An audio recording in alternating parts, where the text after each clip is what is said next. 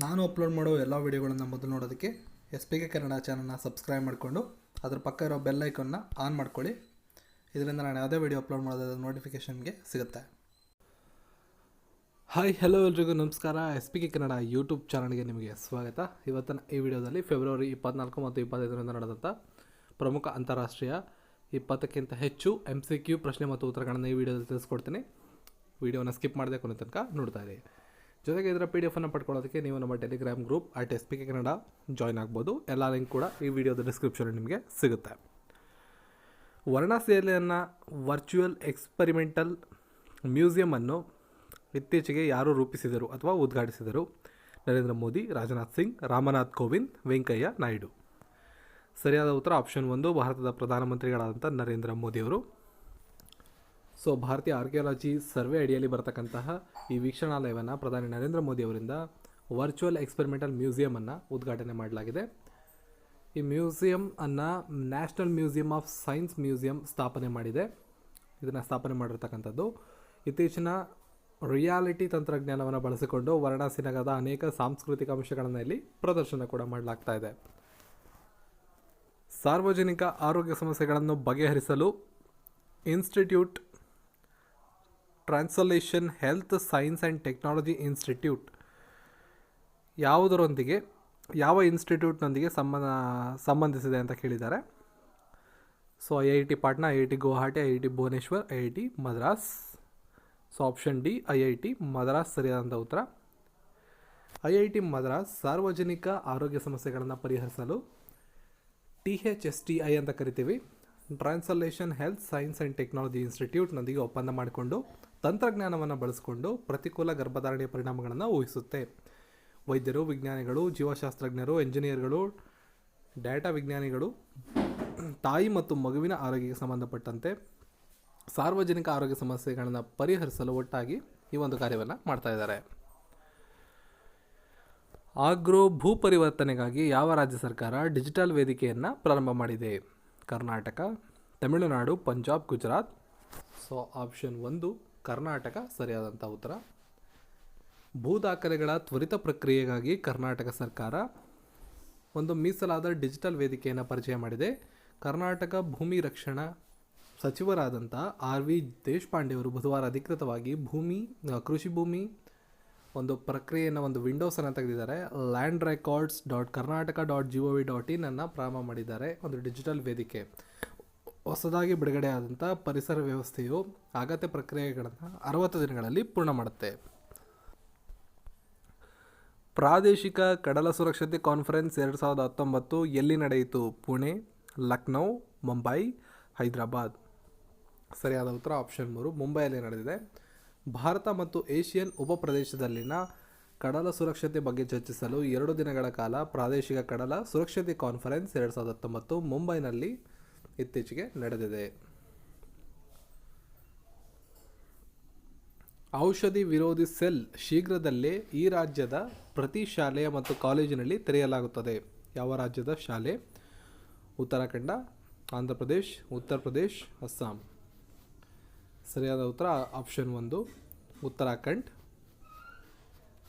ಉತ್ತರಾಖಂಡ್ನ ಪ್ರತಿ ಶಾಲೆ ಮತ್ತು ಕಾಲೇಜಿನಲ್ಲಿ ಶೀಘ್ರದಲ್ಲೇ ಔಷಧಿ ವಿರೋಧಿ ಕೋಶವನ್ನು ತೆರೆಯಲಾಗುತ್ತದೆ. ರಾಜ್ಯದಲ್ಲಿ ಮದ್ಯಪಾನ ಮಾಡುವವರ ವಿರುದ್ಧ ಪೊಲೀಸರು ಪ್ರತಿ ಶಾಲೆ ಮತ್ತು ಕಾಲೇಜು ಹಾಗೆ ಯುವ ಶಿಕ್ಷಣ ಸಂಸ್ಥೆಗಳಲ್ಲಿ ಔಷಧಿ ವಿರೋಧಿ ಕೋಶವನ್ನು ಸ್ಥಾಪನೆ ಮಾಡುತ್ತಾರೆ ಎಂದು ನಿರ್ದೇಶಕ general of police Anil Kumar Rathod ಅವರು ಹೇಳಿದ್ದಾರೆ. ಯೋಗ್ಯ ಯುವಕರಿಗೆ ನಿರುದ್ಯೋಗ ಭತ್ಯೆ ನೀಡಲು ಪ್ರತಿ ತಿಂಗಳು 3,000 ರೂಪಾಯಿಗಳನ್ನು ಇತ್ತೀಚೆಗೆ ಯಾವ ರಾಜ್ಯದ ಮುಖ್ಯಮಂತ್ರಿ ಘೋಷಿಸಿದ್ದಾರೆ? ಸೊ ಮುಖ್ಯಮಂತ್ರಿಗಳ ಹೆಸರನ್ನು ಗುರುತಿಸಿ. ಸರಿಯಾದಂಥ ಉತ್ತರ option 1 Chandrashekhar Rao.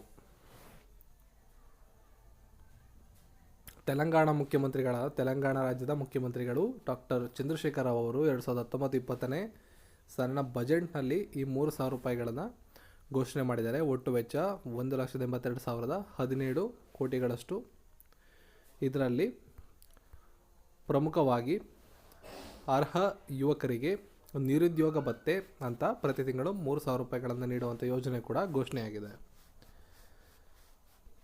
Melbourne cricket ಮೈದಾನದಲ್ಲಿ ಹೊಸ ಗಿನ್ನಿಸ್ ವಿಶ್ವ ದಾಖಲೆಯನ್ನು ಬರೆದಂಥ ಅಂದರೆ ಕ್ರಿಕೆಟ್ ಚೆಂಡಿನ ಅತ್ಯುನ್ನತವಾದ ಕ್ಯಾಚ್ ಎನ್ನುವ ವಿಶ್ವ ದಾಖಲೆಯನ್ನು ಬರೆದ ಆಸ್ಟ್ರೇಲಿಯಾದ ಆಟಗಾರನ ಹೆಸರೇನು? ಸೊ ಆಪ್ಷನ್ ಬಿ ಅಲಿಸಾ ಹೀಲಿ ಸರಿಯಾದಂಥ ಉತ್ತರ. ಮೆಲ್ಬೋರ್ನ್ ಕ್ರಿಕೆಟ್ ಮೈದಾನದಲ್ಲಿ MCG ಅಂತ ನಾವು ಕರಿತೀವಿ ಕ್ರಿಕೆಟ್ ಚೆಂಡಿನ ಅತ್ಯಧಿಕ ಕ್ಯಾಚ್ಗೆ ಸಾಧನೆ ಮಾಡಿದಂಥ ಆಸ್ಟ್ರೇಲಿಯಾದ ವಿಕೆಟ್ ಕೀಪರ್ ಅಲಿಸಾ ಹೀಲಿ ಅವರು ಹೊಸದಾದಂಥ ವಿಶ್ವ ಗಿನ್ನಿಸ್ ದಾಖಲೆಯನ್ನು ನಿರ್ಮಾಣ ಮಾಡಿದ್ದಾರೆ. UNSIDBI ಮತ್ತು ಯಾವ ಬ್ಯಾಂಕ್ ಜಂಟಿಯಾಗಿ ವುಮೆನ್ಸ್ ಲೈವ್ಲಿಹುಡ್ ಬಾಂಡನ್ನು ಇತ್ತೀಚೆಗೆ ಬಿಡುಗಡೆ ಮಾಡಿದೆ? ಸೊ ಆಪ್ಷನ್ಗಳನ್ನು ನೀವು ನೋಡ್ಕೋಬೋದು. ಸರಿಯಾದ ಉತ್ತರ ಆಪ್ಷನ್ ಸಿ ವಿಶ್ವ bank.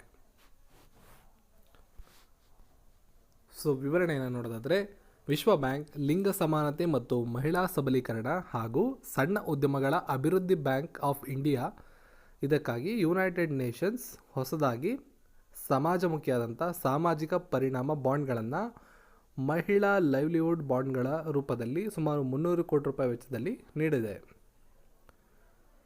Cobra gold military ಎಕ್ಸೈಸರ್ಗಳು Thailand ಮತ್ತು ಈ ಕೆಳಗಿನ ಯಾವ ರಾಷ್ಟ್ರದ ಜೊತೆ ನಡೆದಿದೆ? Cobra gold military exercise.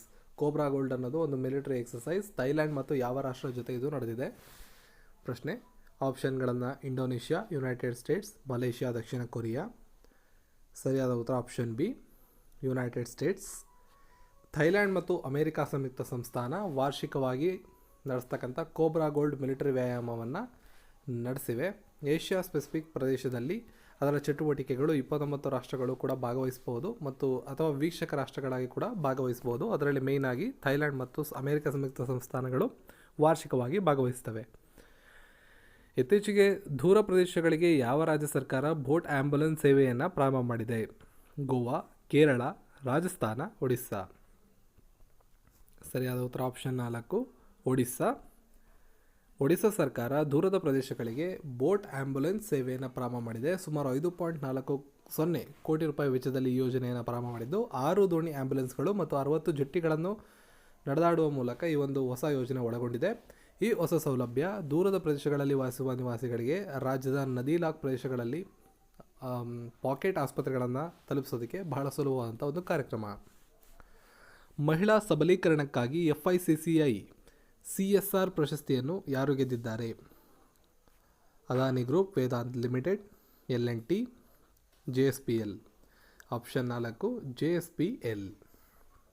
Jindal steel and power limited ಅಂತ ಕರಿತೀವಿ ತನ್ನ ಹೊಸದಾದ ಮತ್ತು ಹೆಚ್ಚು ಪರಿಣಾಮಕಾರಿಯಂಥ ಮಹಿಳಾ ಸಬಲೀಕರಣ ಕಾರ್ಯಕ್ರಮಕ್ಕಾಗಿ ಪ್ರತಿಷ್ಠಿತ ಈ ಪುರಸ್ಕಾರವನ್ನು ಪಡ್ಕೊಂಡಿದೆ.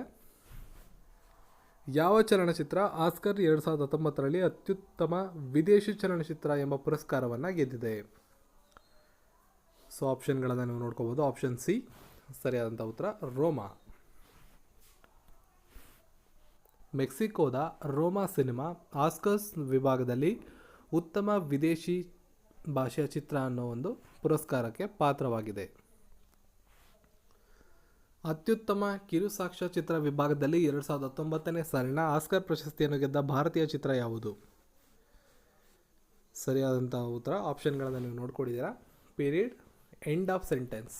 ಮುಂಬರುವ ಎಲ್ಲ ಪರೀಕ್ಷೆಗಳಲ್ಲಿ 2019ನ ಮೋಸ್ಟ್ ಇಂಪಾರ್ಟೆಂಟ್ ಪ್ರಶ್ನೆ ಇದು.